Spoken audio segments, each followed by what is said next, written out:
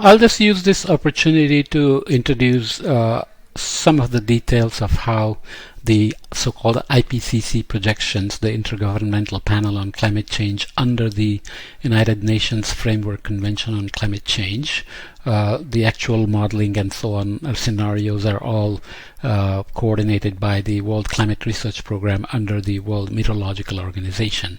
Nonetheless, jumping straight into the historical simulations by these models, 42 models are used here. The dark black line is the observed warming, and the envelope around it are the models. And essentially, there are many details. Models are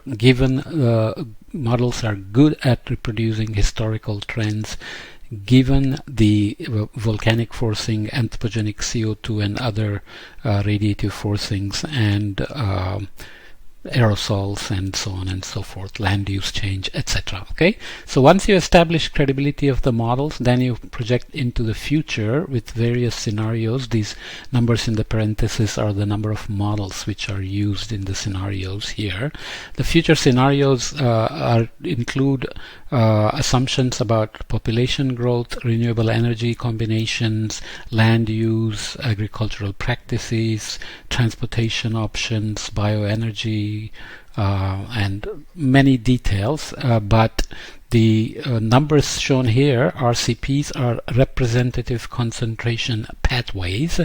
Now they are called shared socioeconomic pathways because they not only include the physical climate, but they also include socioeconomic activities and how choices of sustainability, governance, and so on, mitigation, adaptation, alter the evolution of future scenarios of warming. Okay, so here 2.6, 4.5, 6 and 8.5 refer to the net additional radiative forcing created at the top of the atmosphere by a chosen pathway. So RCP 2.6 is a pathway that gives us additional forcing by 2100 of 2.6 watts per meter squared globally averaged, and RCP 8.5 gives us 8.5 watts per meter squared at the top of the atmosphere, which is almost like business as usual. And as you would expect, higher radiative forcing corresponds to higher emissions, so also higher warming. So you have here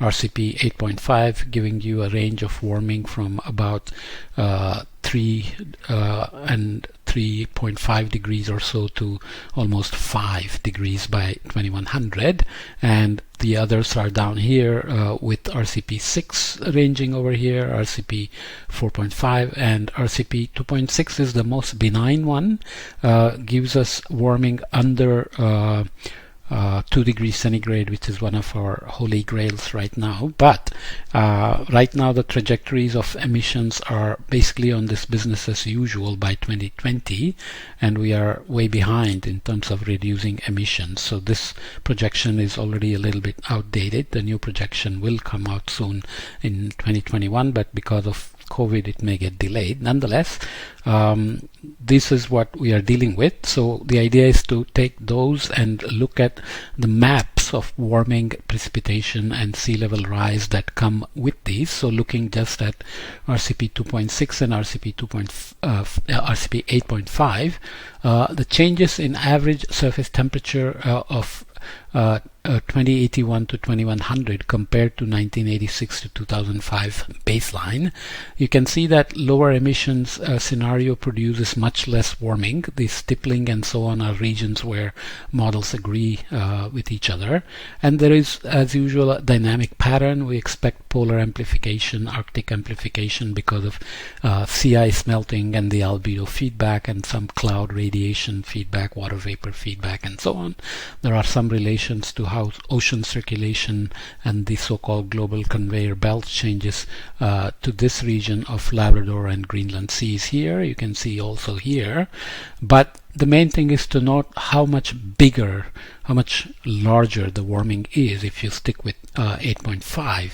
So it's not just average range, but the pattern matters, because global south here again pay a huge price, especially dry desert regions like the Middle East and the Himalayan regions, and of course Arctic regions, and so on and so forth. Okay, But precipitation projections are a little bit trickier, so you can see that there are far fewer regions where there is model consensus in terms of this stippling, but nonetheless precipitation changes will also be larger with larger emissions and larger warming, because warmer atmosphere holds more moisture, more extreme events, and so on. And the same goes with sea level rise. Even though it's not directly relevant to here, we've mentioned about it in the water quality chapter, where we said sea level rise, cyclone changes, storm surges, and harmful algal blooms, pathogens, and so on are all going to matter. Now, coming back to air pollution, we will just look at ground level ozone concentration changes per year in parts per billion projected by these same models, only out to 2050 year.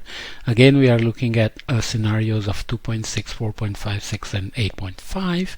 As you can imagine, 8.5 is going to be the worst in each region: Europe, North America, East Asia, and South Asia. So you can see that some regions the scales are the same. So Europe and North America do much better even into the future, even though there is a turnaround and increase here in 8.5. But you can see that it's much higher for South Asia and East Asia. Okay, so this is what we have to remember. And here, note that these numbers are negative. Some of these numbers are negative. So we are going to have a drop in the ground level ozone concentrations. But one has to remember something here. In the short term here, for example, where there is model consensus and all scenarios are agreeing with each other, there it's the model uncertainty. The uncertainties in the physics of the model, the chemistry of the model, and the physics-chemistry interactions and so on that matter. Whereas when you go to longer time periods out to 2040, 2050, the uncertainties in the scenarios can begin to dominate. So one has to keep that in mind while considering the future projections. Even simulating current aerosol loads, their impact on direct and indirect impacts on radiation budgets, direct and indirect impacts on clouds, precipitation, and so on are not very easy for the models, let alone prescribing sources and sinks of aerosols. Okay. Nonetheless, the 2005 to 2030 change in percentages in terms of crop yields for various regions as a whole, the world will lose more in wheat and rice, which is bad news. Corn and soy are supposed to experience reduced losses again. Uncertainties of the projections, plus modeling the impact of ozone on crop yields with crop models is an additional uncertainty there as well. Nonetheless, as a risk perception, we must be very careful, of course, because vulnerable countries like East Asia, Southeast Asia, and the Pacific have much higher increased losses. Most of the reduced losses only come from North America and Europe. So this is not going to be good news for regions that are not only are they not the major contributors to global warming historically, they are also the most vulnerable to climate change that's being caused by the human activities. So obviously food security issues, geopolitics, health issues, and ozone pollution all have to be kept in mind. Okay, I will just add this part. Black carbon is another major pollutant, but let's just conclude this podcast by looking at 70% emissions reduction potential globally by 2030, which is right around the corner. We are in 2021,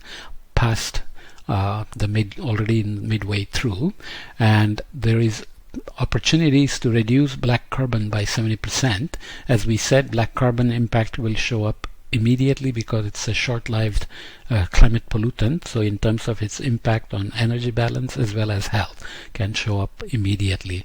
Household energy: replace traditional cooking to clean burning modern fuel cook stoves, replace traditional cooking and heating with clean burning biomass stoves, eliminate kerosene lamps, replace lump coal with coal briquettes for cooking and heating. So you are playing with devil here, in the sense you're not saying eliminate coal by 2030. We cannot do that. Even the rich countries and progressive countries like Norway, Sweden, Denmark, Germany, etc. will not remove all their coal burning plants by 2030. That's the reality of life. Okay, so replace wood. So in that case, they are saying burn coal more efficiently with coal briquettes instead of lumped coal. Replace wood stove and burners with pellet stoves and boilers. Industrial production can be changed for by modernizing traditional brick kilns to vertical shaft brick kilns, modernizing coke ovens to recovery ovens. So the burning of cement production and other fossil fuel burning can be made more efficient, where heat recovery and pollution recovery can be done.